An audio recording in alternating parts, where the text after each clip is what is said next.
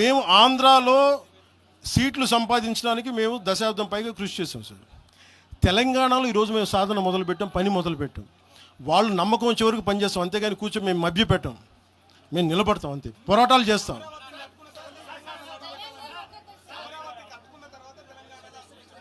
వాళ్ళు ఎవరని నేను చెప్తున్నాను వాళ్ళు ఏం చేయాలో. రాజ్యాంగబద్ధమైన గుర్తింపు ఉన్నప్పుడు, ఎలక్షన్ కమిషన్ గుర్తున్నప్పుడు మేము ఎలా పని చేయాలో, మీరు ఏం తినాలి, మీ ఏ బట్టలు మేము చెప్తున్నావా? మేము ఎలా నడపాలి మా పార్టీని, మేము అది మా ఇష్టం. అది వాళ్ళెవరు చెప్పడానికి?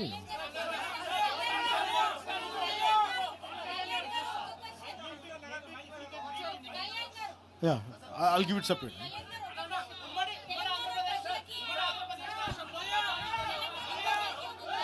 Sir.